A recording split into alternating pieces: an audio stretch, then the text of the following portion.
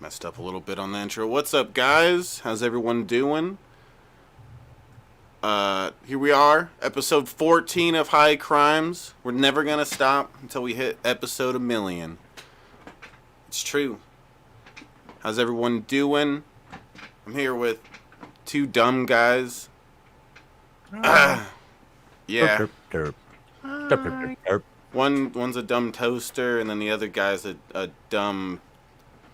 Can I say midget? No. Alright, he's a dumb midget. So, yeah, how's everyone doing? Arnie, Antisocial, Missy, Astro, Agent, Brigit. Bunch Oh of my sweetie god. pies in chat. Yeah. Everyone hit the like button for Chat Red is Eye. beautiful. Yeah. Look at that beautiful chat. It's a rainbow of beauties. A rainbow of beauties. Until Gene comes in the chat and messes it all up.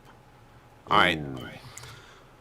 Alright, so this story just came out just like 3 hours ago. We're gonna watch it while it's nice and fresh and new.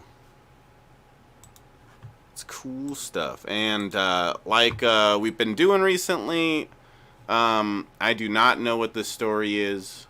I don't know what like, I basically don't know anything about this story other than the obvious stuff from the title and everything.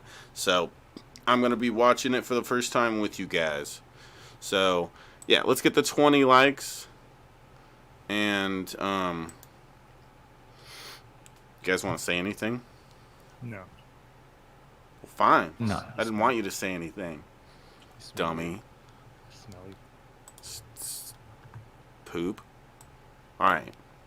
Here we go. Let's get it started. And this one should be kind of short. It's only 46 minutes long, so won't be a really long episode here.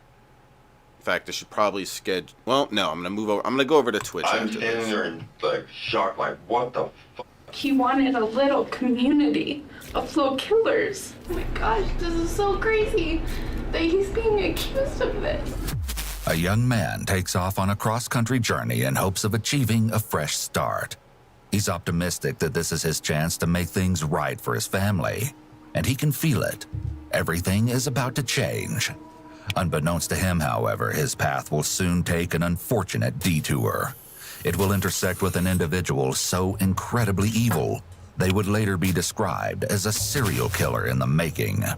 It was June 17, 2017, when 18-year-old Hunter Tash-Smith left his home in Junction City, Oregon, bound for Nebraska. There, a steady job with Wait, is that Gene? I think that might be a younger Gene. Guys, type 1 in the chat if you think that looks like Gene. I'm pretty sure that's Gene before his face got red. Yeah. Perfect. help him to provide for his infant daughter was awaiting him. He'd led his family to believe he'd be traveling by Greyhound bus. It could be that he didn't want them to worry. In actuality, he had elected to hitchhike. 3 days later, on June 20th, he updated his friend in Nebraska, whom he planned to stay with on arrival. He was in Burns, Oregon, and was catching a bus to Idaho.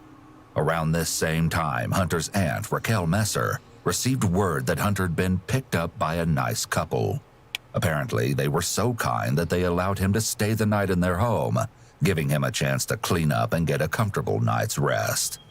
The plan was to drop him off at an Ontario, Oregon bus station the following day. And then, all contact with Hunter came to a screeching halt.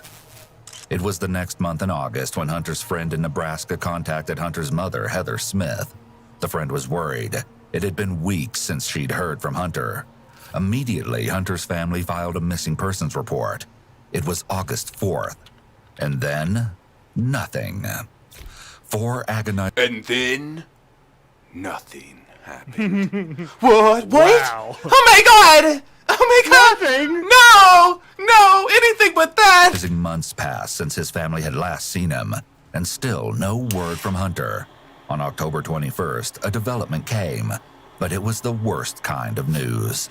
Human remains were found by hunters in an area of the Bruno Desert in Idaho. Human remains, is that poop? Yes. It's okay, so they found some human feces. I'm following along. Oregon's neighboring state to the east. The I'm so smart. cause of death appeared to have been anything but natural. And based on the estimated age of the deceased, Idaho State Police believed that the remains could potentially be those of the missing young man. DNA from Hunter's mother was compared against that of the unidentified body, and the confirmation soon came. Sadly, the remains were those of Hunter. With the terrible news, the family's worst nightmare became reality, and all hope that he'd someday return was lost. The situation was beyond comprehension. Because that's what how could have death happened to the Nuh-uh. You're lying. God. What I think Alex Jones would say is that man wanted to shirk his responsibility of being a father, and he has deep faked his own disappearance and left poop there for the police to believe find. it. Yeah, he left poop there. And before we go on with this, I just want to say real quick that we make a lot of jokes about these videos and stuff, but you know, murdering isn't cool, okay? Gene. Okay? Murdering's bad. Okay, dying's not good. Okay? I just want to make sure I said that. young father who was eager to We don't like murder. start his new life. The story behind Hunter's horrendous demise would soon unravel, along with unbelievably shocking revelations about the monster whose path he tragically crossed. The question why any of this happened in the first place will be answered, but understanding the bizarre Oh shit, I feel like a douche though. I was making fun of him, saying he looks like Gene, and he's the guy that got killed. I didn't even know. I'm sorry, you don't look like Gene, guy that got killed. I take it back. It was a joke. Way too late. Way too late. I thought he was the murderer for a second. I didn't know. I'm sorry. motive is another thing entirely. In the county of Owyhee, rumors began circulating about the disturbing find. One particular lead out of the many received shortly after news of the somber discovery was made public captured the full attention of law enforcement. A man by the name of Nick Vandenberg had shared a local news story on Facebook. "This is close to where I live," Nick commented. But it was his next comment that really raised eyebrows. "If it was me, I wouldn't have left him in the desert, LOL. Too much risk of hunters stumbling on a dead body, LOL." Not exactly the kind of thing someone expected to read about such a tragedy, especially posted publicly. As law enforcement followed up on the leads that had rapidly filtered in, they were soon led to a young woman by the name of Montana Reed. She'd been living with Nick in his home until recently and was his ex-girlfriend. Montana agreed to speak with detectives on October 24th of 2017, 3 days after the remains were located. First, they addressed how it was that she came to live with Nick in his home. Halloween night of last year, I moved in, and I was getting a divorce, and so I just, me and my husband were leaving my mom's house. I couldn't live there anymore, so he offered me a place to stay, and so I was meeting his friends and everybody. It seems it wasn't long before the detective got down to the heart of the matter. I couldn't think of him hurting somebody like that. Why do people say that he's violent and he's capable of doing that? Because he went to military. He talks about little stuff from the military, and he's been in a few bar fights. Nick has claimed that during the course of his service in the Marine Corps, while stationed overseas, he'd engaged in combat. As a result, he'd had to resort to taking lives. Montana gave some additional background on Nick and explained that his upbringing had left a lot to be desired. His growing up, I don't know if you know, but he was in and out of foster care and all this other stuff, and so. As it turns out, Montana wasn't the only individual Nick welcomed into his home. What about his roommate? I couldn't see Keith hurting anybody either. Keith just had a baby, and he's he's been in jail. He doesn't want to go back at all. 33-year-old Willie Keith Raby is a man who we'll hear from shortly. As it turns out, he's also on law enforcement's radar for multiple reasons. Montana continues to describe her dealings with the two men after living with them for an extended period of time. Neither of them ever showed a violent side to me. So far, Montana can only speak highly of the two men. Of course, as you'll see, this won't always remain the case. The detective then poses an interesting question to Montana. Have you seen the news article that came out about the body that was located? Yeah, I've seen lots of people post on Facebook from around that area, and that it was right out there where we lived, kind of. He's trying to get a sense of how much Montana knows. And where were they saying the body was located? I didn't look exactly where, but everybody, like, I know Nick posted on there. He was like, that's pretty much in my backyard. I mean, you know, and Nick just said that the Bruno Desert is where it was found. Why would Nick talk about this, that he did this to this person? I don't know. He's not necessarily a show-off, I guess. I don't know why he would be talking about something like that if he didn't do it. And if he did, he's not... I don't... Oh my gosh, this is so crazy that he's being accused of this. No one's accusing him yet. You just suspect that he did it because people are talking about it. Did he ever talk to you about the term bunny bumping? Whoa. Bunny What's bumping? that? Going out and shooting rabbits in the desert. Yeah, we Oh. did that. Did he ever talk about going out with Keith? They went out lots. I mean, not lots, but... The detective asks where they enjoyed going out to shoot, and coincidentally, it seems they frequented a spot near the Bruno Desert, according to Montana, near where Hunter's body was found. At this point, it seems the detective is narrowing in on the suspect. Oh yeah, Mango. If you knew that he did this, would you tell me? Of course I would. I don't want to get in trouble for that. For keeping that. I don't know if Nick did this or not. There are things that point that possibly he did, which means he's a bad person. Or he could not be. So again, I'm trying to reiterate, stay away from the guy, okay? Okay. Don't talk to him about this. Don't talk to anybody about this. Something happened, whether he had something to do with it or not, I don't know, but he has told people that he has. It's just, that's crazy. Oh my gosh. Montana continues to express her shock that Nick's name has come up in relation to Hunter's death. The detective concludes the conversation, and Montana may think this marks the end of her involvement in the matter. However, the following day, the detective and Montana meet again, and as you'll see, she didn't heed his advice. I talked to him talking about this stuff, and then that's why I called you. So you talked to Nick after you talked to me? Yeah, Yeah. The cops, listen, we don't know that he did it, but you just don't go and contact him. Okay. First thing she fucking did. So yeah. So after we talked and I told you not to talk to him, you talked to him. Yep. That's exactly what I did. Haha. Oh, fuck. because he messaged me, so I tried to keep it short. While it is possible that Montana is innocent and is simply trying to look out for her friend, going straight to Nick could also suggest that she's involved and wants to ensure their stories line up. If the detective wasn't suspicious of Montana before, he likely is now. I don't know if I'm allowed to ask this, but I'm guessing since you're talking about the guns, the person that was found was shot. Am I allowed to ask that? We can't comment on what we have, but That's No, a wait. possibility. let's focus You see on what she just did there? She's trying to fucking... She's fishing for information. Yeah, I'm now going to assume that she's in on whatever's happened. Yeah.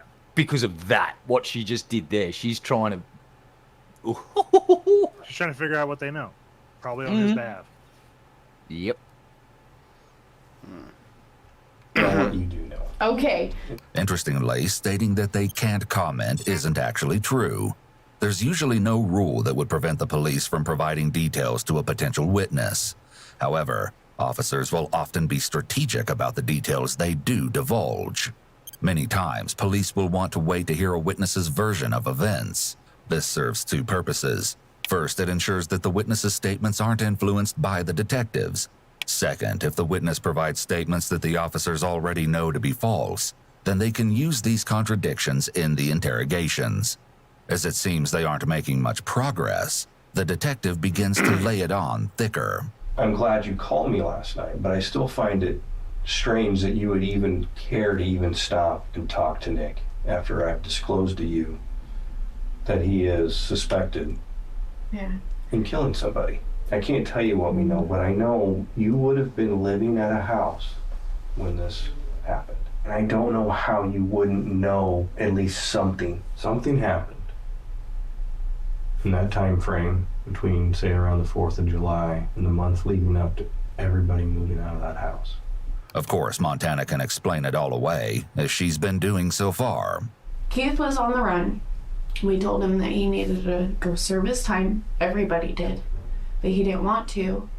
So I know that Nick pretty much... I don't know if he told him, but I know that Nick didn't want him at the house if he was going to be on the run. I moved out because we were having some issues and with our relationship. One night we got in an argument and I just had it, so I moved out the very next day. As of now, the detective is curious how Montana and Nick's conversation began the previous day. Apparently, they've been texting each other frequently. Unfortunately, Montana is unable to show the messages to the detective. Apparently, she routinely deletes all of her messages. These having been erased alone wouldn't make Montana guilty of anything. However, if combined with other evidence, the prosecution could use this to show something called consciousness of guilt. This is evidence that shows that a particular criminal defendant knew that they had done something wrong and were conscious of their own involvement. For example, destroying evidence of a crime. A common misconception is that once you delete something from a phone or computer, then that file or message is permanently deleted. However, this is not the case. Until the underlying data is actually written over, it can still be recovered. As Montana has continued to stick to her story, that she can't believe Nick could be involved in such a terrible crime and that she has no information to share, the detective kicks things up a notch. And as you'll see, Montana does have some details to share after all. The truth's gonna set everybody free, okay? I know you know something. I'm looking at you right now, and I know you do. And with that, Montana makes a shocking statement. This is... Was there? With this revelation, there's no question about it. Montana has been lying. I don't want him to be in trouble. I don't want him to go to jail. I don't want to go to jail. This marks the point where everything changes course. Montana has a mountain of information to provide, and it definitely won't be setting anyone free. I know one day, Nick came home with this kid. I don't know his name. He said that he picked him up and he was a hitchhiker. And we were gonna feed him dinner and let him take a shower, and then Nick was gonna drop him off at another place. If you recall, the last word from Hunter was received around June 20th. The detective asks Montana when Nick picked the kid up. Give me a time frame, summer. Was it about this party time that we're talking about? A little bit before. Okay. The kid joined them for dinner. After that, they were going to show him a good time. The kid had never went shooting rabbits. We talked about all of that sort of stuff. He had never went hunting, really, and he never went shooting rabbits. So the guys were going to take him out, Keith and Nick. So that was their plan, is they were going to take him out to go shooting and then go take him up to Mountain Home. When they got back, he wasn't there anymore. And You didn't go with him to shoot rabbits? not that time. What did Nick tell you about this? All he said was that they took him out shooting and dropped him off in Mountain Home. But you said you were there. You know this happened. You're in now. You're on the right path. The detective asks her if she would be willing. It was this moment that she knew that she had up. Yeah, she's really bad at this. Her story is changing by the minute. Like, I was there. I saw it. Well, actually, no. I was just at home making mac and cheese, and he just didn't show up with him. And I was like, what? Yeah, she saw the murder. You could hear it in her voice. I was there. I was there. Yeah. Willing to call Nick while he covertly listens in. Yeah, I can do that. It's worth a try. According to a statement the detective made earlier, Nick has been eager to talk to other people who have then shared information with police. So the police left me a message asking about the body. They wouldn't say that in a message. Why would they be asking me? I don't know. I don't know either. Do you know anything? No. When someone's voice goes from a lower tone and ends on a higher tone. She's a bad liar, and he already knows. He knows that she's been pinged. That's why he's just clammed up. Yeah, she's being suspicious as fuck because she has that IQ of a fucking, chihuahua or something. She's a double agent, basically. She's trying to play both sides off because number one, she doesn't want Nick to whack her. I understand her motive on that part. This guy will probably whack her if he gets a chance at this point. But the fact that she's trying to fish information out of the police to then go back to this dude, it's just like, oh, lady, you bet on the wrong horse there. You should have gone, I am a canary and I'm about to go tweet. State's evidence? Yeah? Okay, let's make a deal. But nope, she was too dumb to do that. Yeah. Well, I mean, right here, this is her trying to... She's calling for the police, right? And they're listening on. Like, I don't know, it kind of sounded like you said... But they know she's also full of shit, and they know that she's... Yeah, so they're not going to make her a super duper deal anymore. If she went straight in there and went, I know everything, blah, blah, blah, blah, blah, blah, blah, and then went, please don't put me in prison. I don't want to go to prison. I think they get some pretty wide latitude. And this is what, like the second time they talked, and I don't know. I guess it depends on how things shake out as to how lenient they'll be with her for slipping not right away, but soonish. The prosecutor will make that decision, and the judge will deal out the justice accordingly, I do believe. Yeah. Yeah, the dude picked up a hitchhiker kid for target practice. It's like, what the fuck? I already, don't have the heart to go out and, shoot little bunny rabbits like they're doing it, but it's like, goddamn, the bunny rabbits weren't enough. You needed to get a human out there to shoot.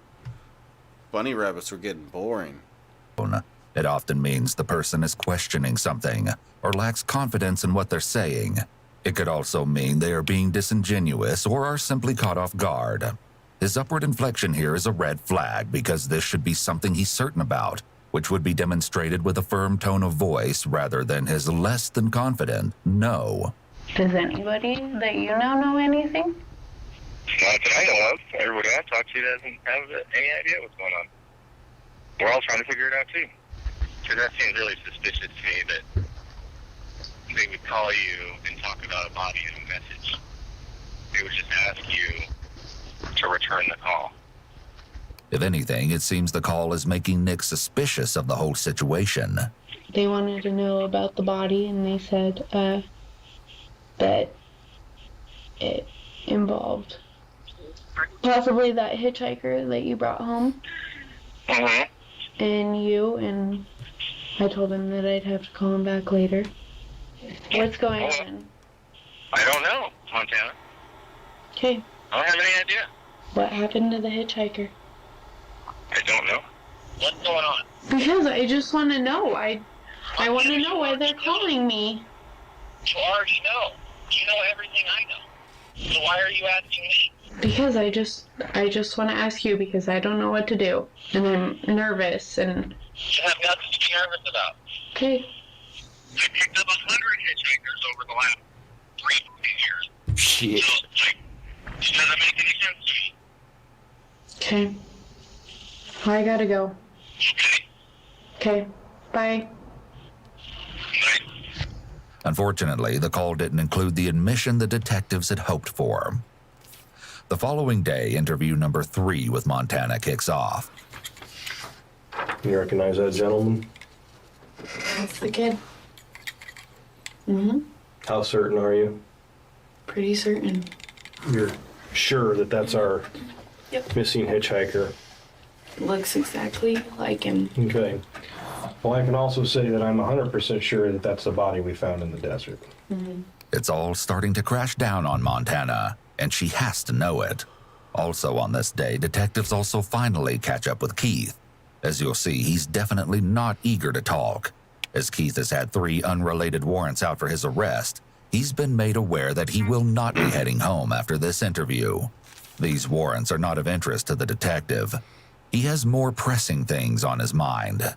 We have been looking for you because you are not a suspect. You are a witness to what happened that day. The detective starts the interrogation with some simple questions. How long have you known? So like I said, I've only known him maybe 5 or 6 years But you grew up in that area out there in in Grandview, but I don't think Nick really went to school, and he's quite a few years younger than me, so I didn't really hang out with kids that were super young, you know what I mean? Already, Keith is attempting to distance himself from Nick. The question is, why would he find it necessary to do so? It's going to be a good relief for you, I think. Just tell us what happened from the beginning. As Keith is about to start telling the story, he rubs his face and eyes, which is considered eye-blocking behavior. Not only is this a sign that he's uncomfortable, but it also acts as a barrier between him and the detective. As well, it can be an attempt to avoid having to look into the face of the person who he may begin lying to. So Nick had called, I think I was at work or something, and I was gonna get home late. Nick had messaged me and said that he picked up a hitchhiker and he brought him back to the house. But I knew it was gonna be a while before I got there. That's not how Montana recalled the evening. Keith wasn't with Nick when Nick picked him up. I think Keith was already at the house. Started messaging something like he needed What's up, Pink? to, Pinky? and don't quote me on that. These aren't his exact words. Okay. If it's just in reference. It was something like he had like basically like a thirst to kill or something like that. Things are looking worse for everyone at this point. Montana and Keith's stories It's the Losers Squad. Bum, bum, ba-dum. aren't lining up, and Nick allegedly has some very alarming urges. And at first, well, throughout the whole fucking night, I thought he was just fucking joking. But then when I showed up at the house, his persona was different. It wasn't the same Nick that you normally know. No, it wasn't the same Nick. And there was a hitchhiker there? Yeah, there was. We started driving and we started shooting rabbits. And then I remember we go up towards like the Bruno Canyon maybe. And in the midst of this story, Keith reveals something that perhaps he wasn't supposed to reveal. And like Montana, she was sitting in front of me. This admission from Keith is definitely not. Oh, man. So she's full of shit. She was fucking there. Called it. I was just at home making a cake. A chocolate cake. I was completely innocent. Not consistent with her story, at least with one of her earlier versions that she told the previous day. You didn't go with him to shoot rabbits. Not that time. In this third interview, she must realize that the walls are beginning to close in. You haven't been honest with me. I know you haven't. I went back, I listened to the calls, and I listened to their interview yesterday. You were there when this happened. I have to put Nick in prison, whether you like it or not. And you're gonna have to help me do that. Will you do that and tell me exactly what happened? Yeah. As her self-preservation instincts kick in, Montana's account changes yet again. And as you'll see, she knows much more than she originally let on. So I didn't watch it happen. I looked away because I didn't want to watch it. Keith was in the car with me. He was in the back seat. There's now a consensus between the two. Keith and Montana were both present at the time of the murder. Nick let the kid get out and go shoot at a rock. That kid wanted to shoot one of Nick's bigger guns, rifles. So he's firing it, and... What's he shooting at? Just rock and nothing. There was no rounds there. He was just firing it just so he could fire it, I guess.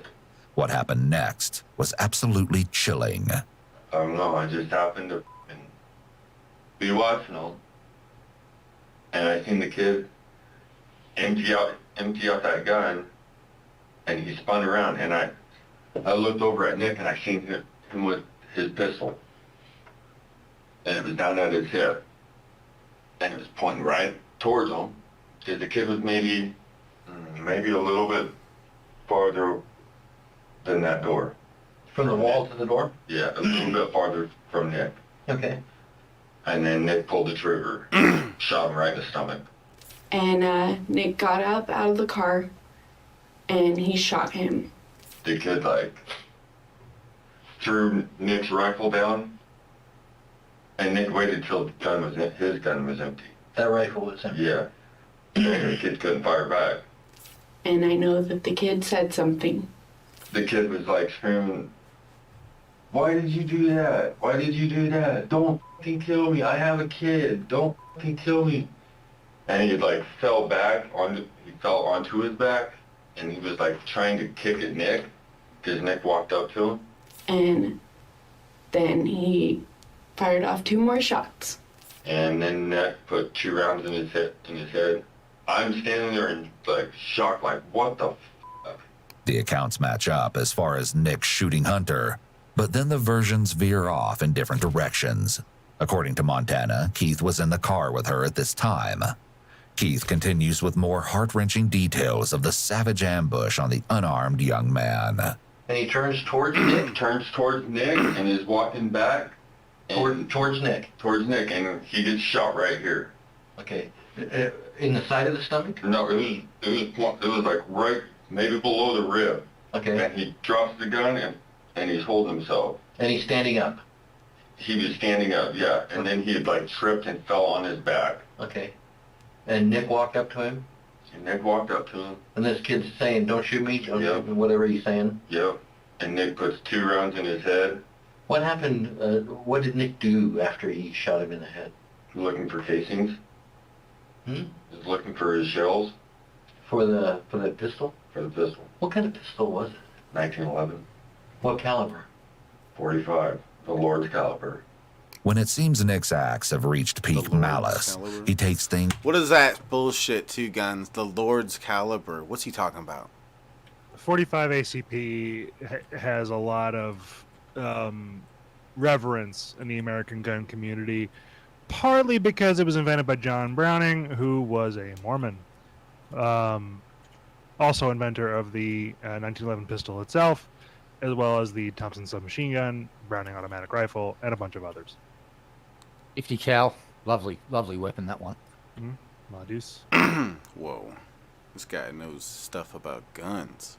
He's our a few gun shotguns expert. too. The Browning high power, the first widely produced. That's not true. The first one of the big 9mm semi-automatic pistols after the German Luger. The German Lugie? John Browning is most handguns today in use operate on the tilting barrel mechanism that John Browning invented over 100 years ago. So he's a big deal in the gun world. Yeah. He's like the Kalashnikov of pistols and stuff. He's the closest. He's arguably the closest thing to the American Kalashnikov in terms of influence. Yeah. Yeah, that gun ended up on some flags in certain African nations. Gee whiz. Yeah, everyone, make sure to hit the like button. I don't know how many likes we're at, but we need more. Okay, lots more. Red Eye demands it. To another level. Yes, thank you for sharing that 2 guns, cutie pie. Anytime. I'm a Cool gun guy gun stuff. See? Two Guns is a murderer. I mean, Two Guns knows his guns.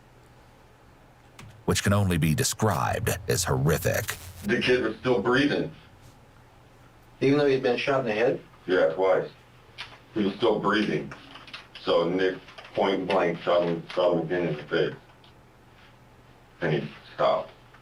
And with that, Hunter, referred to by Montana and Keith only as the Kid, was dead. You've probably noticed that Montana and Keith... Here's the thing. Out of all of the accounts so far, you know who I believe the most? Fucking Keith. Because Keith came straight in and just said what the fuck happened without... Yeah. He didn't bullshit. Because Keith's already going to jail. And he knew that.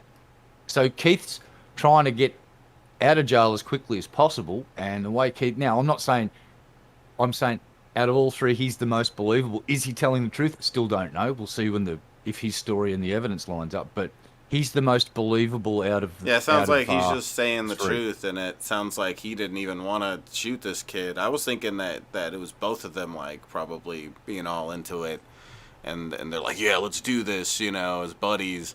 But seems like maybe Nick is just crazy.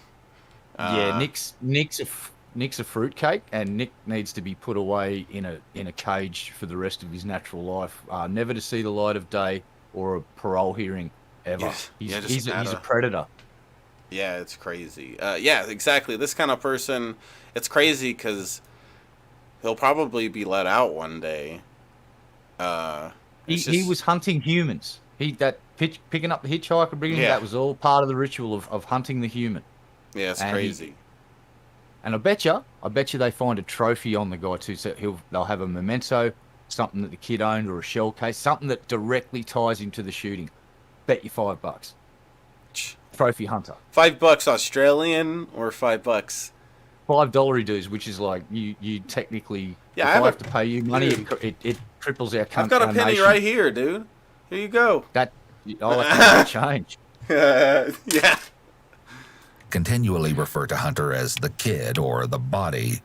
These are their attempts to emotionally distance themselves from Hunter and his murder. This is what I don't understand. Why would you put me and Montana in a situation that I sure don't want to be in? I don't know about Montana, but I don't want to be in that. What did you guys do? I'm saying that as a collective, maybe it was all him. Conveniently, that's where the story's headed, for now. I'm so fucking, like, what the fuck? I don't have a gun, and I can't just pull the trigger on somebody, you know what I mean? I know it wasn't directed towards me. I know I probably should have fucking done something, but I don't know what the fuck to do. Apparently, Nick knew exactly what to do next. He's like tearing the fucking kid's clothes off because the kid was in our house. Nick's wanting to take all the clothes off except for his underwear because he sat in our house in the fibers. Nick's a smart fucking dude. So he stripped him of his clothes? Yeah. Put it all in the bag and burned them. And then he asked Keith to get out and help him undress. Yeah, I don't think he's smart. He probably is a weirdo and he sits around Googling this kind of shit. He probably didn't think of that himself. He probably saw that on something, and he wrote that down as a middle note. Oh yeah, strip the body if I ever do murder someone. He watches CSI, dude. Yeah, exactly. Some shit like that. It's like he's not smart. He just because of that. Like he just heard someone say something smart and like that or whatever. Saw that in a crime show thing or something, and he made a mental note of it. Like, when I do finally fucking show how much of a piece of shit I am and kill someone, yeah, I should definitely do that. Yeah. Here's his big problem though. There's like getting rid of the fibers and all that. You've got two witnesses, dipshit. Yeah, there's your bigger problem. You got two witnesses. Yeah, it's like you. He's not very smart taking two people out who, at this point, seem to have not been involved. Although maybe this story will change. Maybe they're a little more involved. You're absolutely correct. Seems like that's the direction it's about to head. And they drug him off. I did not watch. I didn't want to watch. I didn't want to be a part of it. I didn't even know what was going on. He says, help me drag this body over. It's like, fuck, dude, I don't want to do this. And I did. Nick likely wanted him to help clean up because the more involved Keith was, the less likely he would be to report him. If he tried to implicate Nick, then he would be implicating himself as well. Despite their efforts, both Keith and Montana are more involved than they claim to be, and the truth will soon start to show itself as more shocking revelations are made. After it all went down, Nick went through his belongings. Dude, I bet we're going to figure out one of them are actually Australian. Ugh. Crikey. Crikey, that would be disgusting. He got his ID. What happened to the ID? I don't know. I have no idea. He kept the license. Brophy, boom. I don't know where he put it. I don't know if he still has it. But I know that he kept it. This behavior can be a warning sign of a potential serial killer, and an indicator that if given a chance, he would kill again. As the detective is starting to put the pieces of the puzzle together, he wants more information about the motive behind the brutal killing. Obviously, there's no real rationale.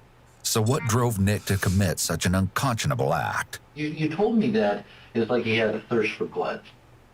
Yeah. So what makes you tell me that? What was the basis of the context that would give? I can't remember exactly what was said, but it was along the lines of, this kid's a liar, and I'm going to end it, or I'm going to end him, or something like that.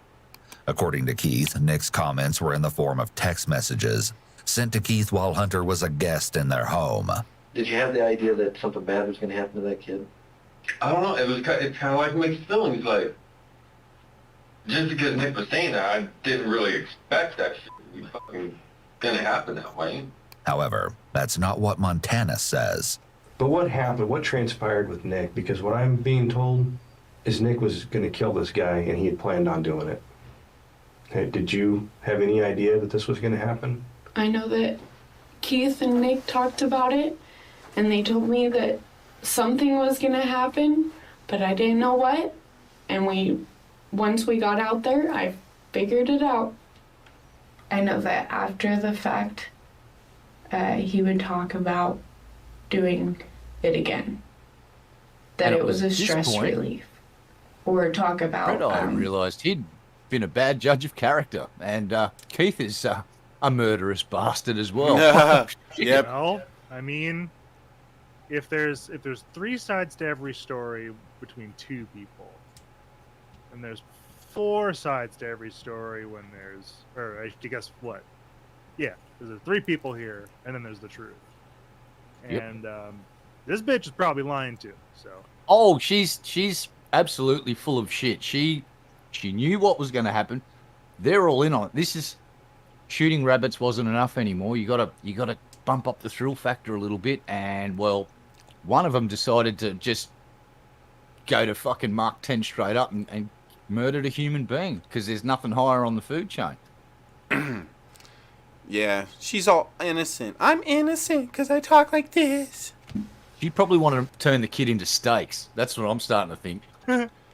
Finding a random person driving down the highway in the middle of Idaho, like on the highway from Idaho to Nevada, and just finding a random person and acting like the car was broke down or something and killing them and driving their car off into the desert and burning it on fire. Hold on. The Here's reality another that frightening Nick would... thought just for a sec. Did you see the date that was up there then? That was my birthday. So on my birthday in 2017, I'm sitting here going, la, la, la, la, la, doing my thing, smoking bongs, having a good old time. She's getting grilled for a murder. Whoa. Life choices matter, kids. Yeah. I was smoking bongs and she was being grilled for a murder. You know why?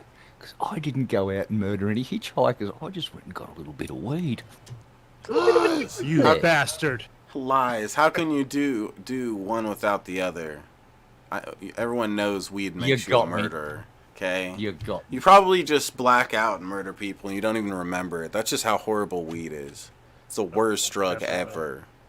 For sure. See, Two Guns agrees. Was an aspiring serial killer is all too real. Keith's interview is concluded and he's taken into custody as a result of his unrelated warrants. However, when it comes to his involvement in the murder, the investigation has just begun. There's only one person left who can answer the detective's remaining question, Nick. Detectives then catch up with him that same afternoon on October 26th. Hey, the reason we wanted to talk to you is because of a body that was found out in the desert. I heard about that. I actually saw the notice on Facebook, the press release from Okay, well, some hunters found this body that's out in the desert, right? And contacted the police. They asked us to assist with them. That's why we're here. Okay. And we're trying to track down any and everything that we could find out about who this person may be. Okay, and what happened to this person. Nick is holding his body very still, which may indicate that he is in fight or flight mode. When someone encounters a threat, they may freeze momentarily. This is an instinctual response in order to minimize attention, much like an animal may stop all movement when they realize a predator has spotted them. Your name came up as somebody that we might want to talk to that might know something about this. Why is that? Now, I got to tell you straight up, I can't tell you a lot of stuff. I'll tell you what I can. Would you happen to know anything about this body being out in the desert? I don't know. No, I don't have any idea. I know some people a while back thought I saw a notice saying that a hitchhiker that I had picked up had gone missing. Nick has thoroughly prepared his story for this interview. So far, he seems confident that he's got this one in the bag. Nick's a smart fucking dude. As you'll see, though, the interview will begin to head in a different direction shortly. And not... He thinks he's fucking Dexter or something, dude. You ain't no Dexter. Oh, yeah, he thinks he's next level. He thinks he's soaring above these cops like a fucking eagle. In actual fact, what's happening is the cops are soaring like eagles in the stratosphere, and they're just about to shit on this guy. Yeah, they're just gonna take it easy on him at first. They're gonna. Well, he's already linked himself to the kid. Oh yeah, that hitchhiker I picked up. It's like, well, there's your first fucking oopsie. Again, kids, what he should have said was, "Can I have a lawyer, please?" Yeah. Not to Nick's advantage. Nick readily relays his encounter with the hitchhiker to the detective.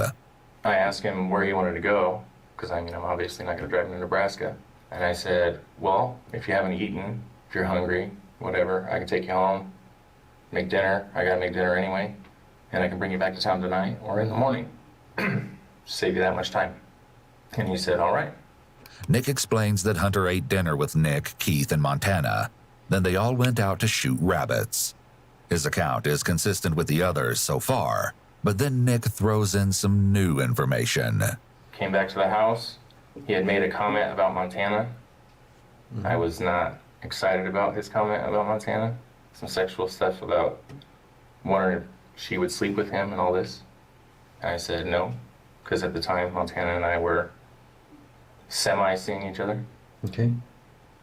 Took him to the Chevron Mountain Home. It was after dark. I don't even know what time it was.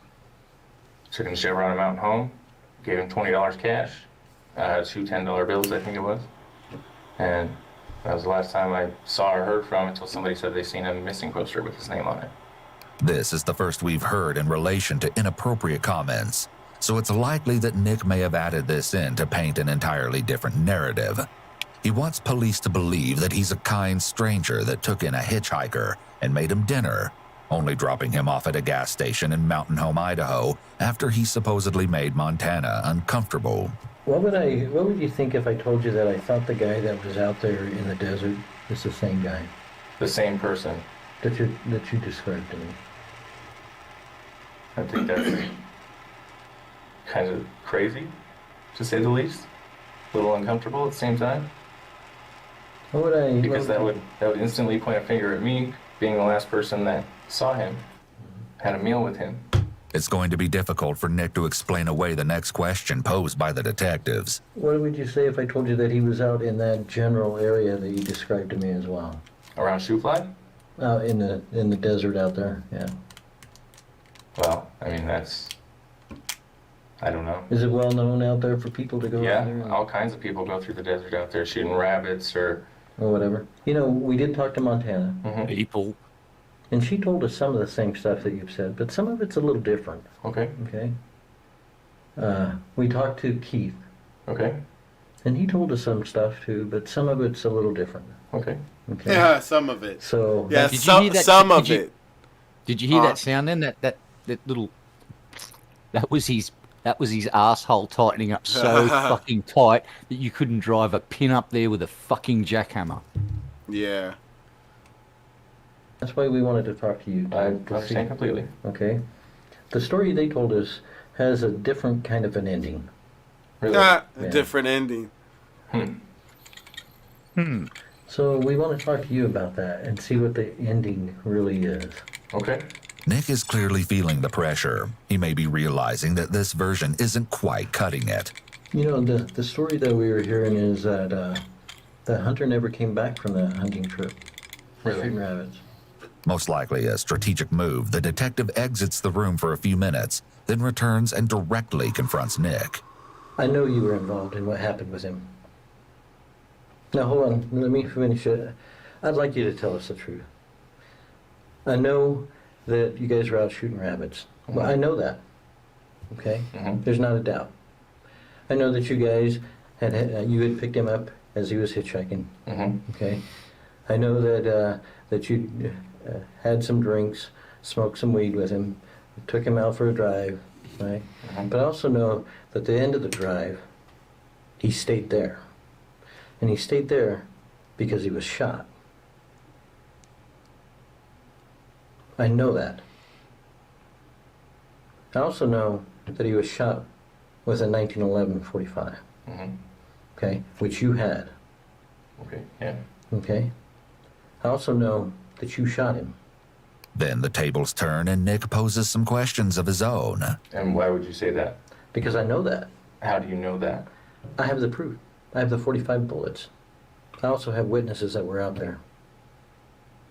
That said that you did it. Nick has dug himself quite a hole.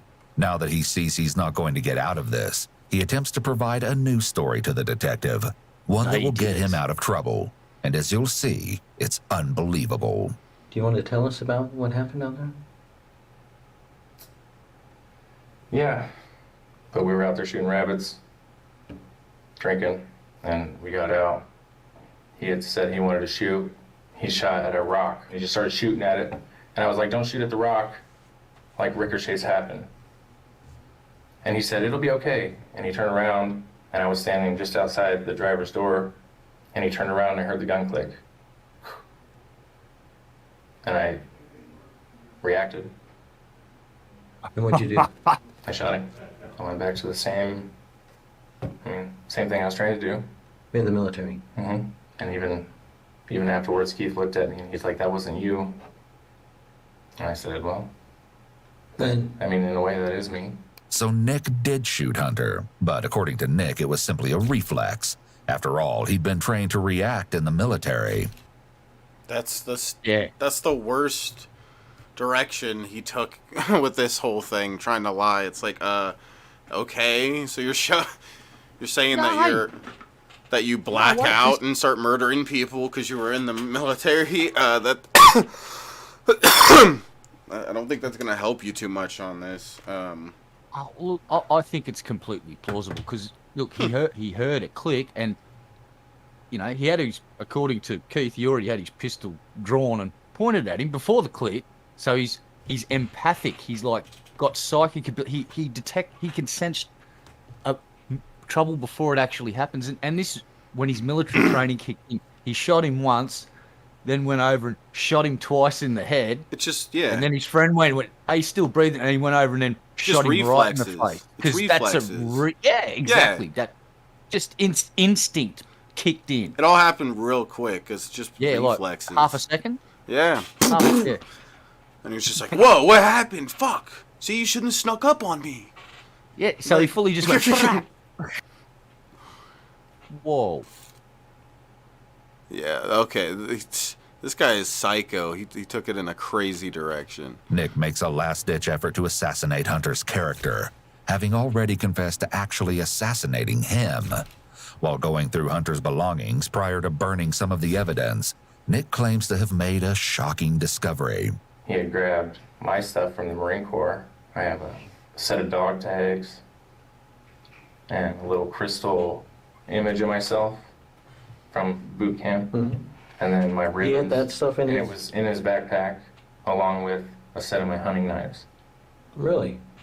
So he was And in the that- process of stealing from you. And that just pissed me off even more, I think. Okay. Quite obviously, the detective isn't buying any of it. As the interview is about to come to a close, Nick recounts the gunshots that ended Hunter's life. You got the one in the stomach, and then the one in the face. And I've heard so many people struggling to breathe, and I couldn't listen to it. It's just one of those kind of triggered me. So just double tap real quick. To his head? Yeah. Okay. So, it was a mercy killing. You'll soon hear from Montana. He's so nice. What a nice guy. This story has no merit whatsoever. And then 1911? The one I shot him with is buried in the desert. Okay. Where at in the desert? I'm not gonna tell you that. What? You'll never get that from me. Okay. What? Refusing to disclose the gun's location could be a show of power. Nick already confessed to killing Hunter because of the evidence against him. However, the whereabouts of the gun is something he can control, especially if he's the only one who knows the location. This guy is psycho as fuck, dude. Yeah, for real. Like, what? Feel better to get off your chest a little bit? The whole situation didn't even weigh on me. I don't know. Sociopath. The easiest way to explain it would be like, they don't need his weapon. They don't need that. They already have enough here. Like, they have a confession and 2 other people saying that he did it. He, like, already there, and all the other evidence surrounding it. That's already enough. I don't know. It's they don't need the gun. It's already. They can get the gun. This guy's not smart enough to turn his mobile phone off or to leave it at home when he went and buried it. Yeah, so they that's just true. Just go and watch where he went and where the mobile phone was being pinged by what tower, and they'll get a good idea. And metal detecting, yeah, pretty good these days. Yeah. putting a mask on. It seems that in this moment, Nick is the most honest he's been the entire time, openly telling the officers that the murder he committed hasn't bothered him in the least. When he says it's like putting on a mask, he's likely referring to the manipulation and deception that he uses in his everyday life to blend in with the average person. Well, you know, you have to be arrested. I completely understand. I'd prefer you read me my rights first, though, on the tape with everything else. I'm not going to read you your rights right now because I'm not going to ask you any more questions. Okay? But we are going to arrest you. All right? So do me a favor, turn around, put your hands up on the wall there. Nick is taken into custody. He's so weird. I'd prefer you reading my rights to me right now. It's like, there isn't any sort of, it seems like it's that control kind of thing. He's trying to seem like he has some control at any part because he's weird. He's fucking psycho. Yeah. He's trying to feel like he has control. And though his conversation with the detectives is concluded, he definitely isn't done talking. He calls a woman believed to be his mother while in prison, and it seems he still believes he can beat the system. Hello? Hello? What happened, Nick? Well, for right now, it's murder one. I know. Who was it? It was that hitchhiker. Why? There's a lot that went into it, Ma. That's why you were so infatuated with it. That's why you called me, isn't it? With what? As soon as you knew that that body had been found. No. Anything I got from me yesterday isn't going to count for shit anymore. Why is that? Because I never read your right. We get some They interesting didn't Mirandize me. They didn't have to, dipshit, because you weren't under arrest, you fucking idiot. You're a fucking idiot, aren't you? Oh, this guy is an idiot. No, he's super smart. Remember what Keith said? Okay. Yep, sorry. Yeah. Freaking genius. Yeah, stop being stupid. Okay. Let's get the 20 likes, guys. Hit the like button. Insight as to how Nick thinks when he gloats that because he wasn't read his rights, he believes that nothing that he said the previous day can be held against him. He is sorely mistaken. We can assume Nick was not in custody when he came to speak with officers. If the police ask you to voluntarily come down to the police station and don't place you under arrest, you aren't in custody, so everything you say can be used in court. Unless you're in custody, there is no legal requirement that the police read you your Miranda rights. A few days later, ironically, Montana meets again with the detective for one last interview. And boy, does she have some interesting information to share. And he talked about doing it more afterwards, like going and on Highway 51 out in the middle of nowhere and acting like his car was broke down and then end up killing whoever stopped and taking their car out into the desert and burning it on fire. We've heard this story before. However, this time Montana has some horrifying information to add. He talked about doing that. He talked about paying up more hitchhikers. He told me and Keith that it was our turn next. He wanted a little community of little killers. And I went along with it because I didn't know what else to do. Knowing now that Nick's plan was to commit more murders, a chilling question is raised. Did Nick kill anybody else? Not that I know of. He never talked about it. I never went after that. He just said that he wanted to. Did he pick up any hitchhikers that you know of? After that, no.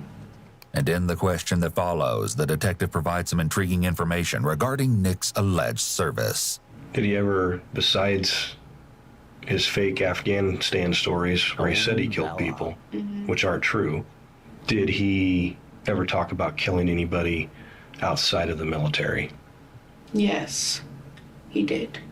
He said when he lived in Caldwell, people would hire him. Yeah. Kind of. They would pay. Mango Jones coming through with a $10 tip says these people are dumber than Alan thinks. Wait. Hold on. Let me pull that up. Shut up, Red Eye. Sorry. God, talking so much. Oh, I know. Shithead. Blah, blah, blah. Never shut up. These people are dumber than Alan thinks they are. Thinks you are. Have money. Does Alan think I'm dumb? Yeah, if you're talking about Alan Reyes, if you saw, is she talking about Alan Reyes? I don't know. No, I'm just talking about that random Alan that thinks you're dumb. Alan Reyes fucking sucks. He's an idiot. He acts smart. He's not smart. He's an idiot. My back and forth with him in DMs was just fucking dumber than shit. His side was dumb. His dumb. Pay him to go take care of people that they didn't like. As horrifying as that admission was, it seems that this was another case of Nick lying about what were most likely. But thank you, Mango. Thank you. Guys, be like Mango. Help with the goal up there. And Alan's dumb. All right. Acts he'd merely fantasized about committing. There has been a warrant for your arrest. Okay. We'll take you from here. You'll get booked into the Twin Falls County Jail. Okay. You'll be arraigned probably tomorrow. And you'll end up being transported most likely to the Oahe County Jail. Keith's also just got arrested today too. You knew that Nick did.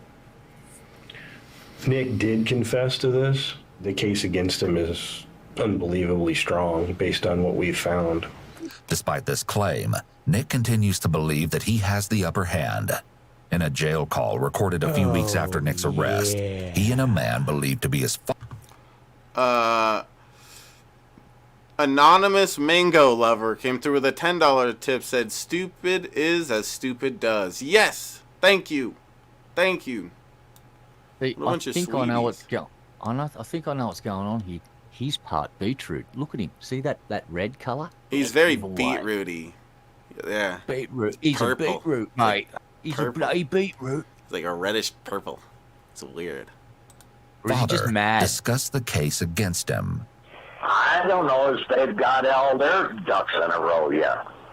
I don't think they do. I don't think they do. Well, that's what I'm thinking. That's what I'm thinking. I don't think they got it all together, and I don't think they've given enough evidence to do a whole lot. Nick also spoke to a woman believed to be his new girlfriend. Apparently, Nick caught wind of an element that was to be used in the case against him. An incriminating find had surfaced. Went to court this morning. Yeah, how'd it go? I talked to my attorneys, and apparently they're trying to use text messages, a group message between me, Keith, and Montana about shooting rabbits behind the barn. Okay. They're trying to use that as a plan to commit murder, basically. What? About shooting rabbits? Yeah, behind the barn. In fucking Bruno, Idaho. Shooting rabbits behind a barn. That's a plan? Apparently. Give me a fucking break. In the end, despite his certainty that he would beat the system, Nick elected to take a plea deal. In late August of 2019, he was sentenced to life for first-degree murder. He will serve 30 years before he will be eligible for parole. See, every time we watch these things, it's still crazy to me. Like, in 30 years, he could be let out. You know? Like, that's crazy. Because 30 years is a long time, but, like, how old is he? Like, in his early 20s or something? He's just going to be, like, in his 50s or whatever. You can still do plenty of murdering and crap when you're 50 years old. But here's the thing. That time from 20 to 50 is when you achieve the most in your entire life. Yeah. From when about 20 to 50, he misses out on all of it. Yeah. He doesn't get to fucking do any of that shit. And at 30 years, he gets to lob up to the parole board. Yeah, and they probably won't let him out anyway because he's crazy. The kid that they killed had a daughter, and she's going to be at that fucking parole hearing. And she will just speak her mind, and this sociopathic motherfucker is also not going to behave himself in jail. You know that. He's never getting out, this piece of shit. That's my... Yeah, I hope that's the case. I think it's not fair to the public for this person to ever be allowed to walk the streets again. I think they've shown that they're too much of a danger to the public, and so you're putting everybody at risk that is anywhere in his vicinity, you know, when they let him out from then on is in danger, because this guy's shown that, you know. So yeah, I hope they keep him in there for a lot longer than 30 years. Actually, Rick Zilla makes a really good point. This dude ain't going to last 5 minutes. Is he going to go to a state or federal penitentiary? Because it's probably state. Please forgive me, I'm Australian. I don't completely understand the prison system in America. I know there's state and federal penitentiaries. This guy's probably going to go to a state pen. And from what I understand, that's not a fun place to be. And this guy is going to be used as a pecker warmer in the cold winter. I want a pecker warmer. 2 guns. Come over and warm my pecker. Guys, keep coming through with the tips. Can we accomplish this goal? Maybe? I don't know. Maybe I'm a psycho to think that we could. Maybe I'm just as crazy as this fucking eggplant or whatever he is. Walking beetroot pecker warmer. Or beetroot, yeah, not eggplant. He's a beetroot, mate. Montana pleaded guilty to criminal conspiracy and failure to notify authorities of a death. In December of 2019, she received a sentence of 15 years in prison, with a possibility of parole after serving 5 years. Earlier that year, Keith pleaded guilty to... Seems weird that, you know, I think she should get a good sentence, but isn't it kind of weird that she gets half the sentence he does? Like, the Nick guy that actually killed the kid. It's not weird at all. I mean, she was an accessory, right? She didn't report it. Yeah. Well, I'm not saying that she doesn't deserve a strong sentence. It just doesn't seem like half of it is really like half of what the guy who actually did the murdering. Well, that's exactly it. She didn't pull the trigger, and that's in our system usually a big mark in her favor. Yeah. If you're just aware of something. But yeah. See, if she was cooperative from the start and told the truth to the police officers, she probably would have got a way better. Yeah. Because she was so cagey and she was clearly shown to be lying. It's like, I wasn't there. I was at home cooking brownies. It's like, no, you fucking there, lady. The only thing you didn't do was drag the corpse away. And you definitely didn't notify the authorities that someone had just been murdered. So, bye-bye. Your privilege of being in society has been revoked. Yeah, and I get that she was an accomplice and stuff. I'm not. If anything, I guess I'm arguing that the guy who actually did the murder, 30 years seems silly. He should get like a lot more years, especially that's minimum sentence. Yeah, like he's going to be in there for a lot longer than fucking 30 if he survives longer than the first year. Yeah, he's eligible for parole in 30, but it's life otherwise. They could at every parole hearing choose. Nope, you get to stay here. I hope that's the case, because this guy. That's how it should be for people like this. Shut up, Skabibi. We can't reform this guy. Okay, he's a beetroot or whatever. Not this guy, the other guy. He's a beetroot, mate. He's a beetroot, mate. To accessory to first-degree murder, evidence destruction, and failure to notify authorities of a death. He was sentenced to 26 years. Yeah, like he gets 20. I think it's kind of weird that seems disproportionate. Yeah, I think it's very odd. It's only a little bit more for the guy that fucking blew the kid's brains out. You know, right. I get that. I don't know. Here's my argument. The evidence showed that him and the other dude had talked about hunting people. Yeah, and that was a well-established fact. And the fact that he's saying he told the guy, I didn't want to do nothing to do with it. Like, oh man, then he made me drive. It's like, yeah, I guess he did deserve a good sentence. Yeah, if that all that's true, which I guess listening to the whole thing, it seems to be that was the true part about it. So thank you to to the people that tipped this stream. Make sure to hit the like button. I think I'm gonna go over to Twitch and stream for a bit, and then we're gonna be doing movie night tonight. So whoever's the top donator of bits, by the time we go over to movie night, is gonna choose the movie. So here's a link in the chat. Click that link. Follow me over to Twitch. And peace the fuck out, guys.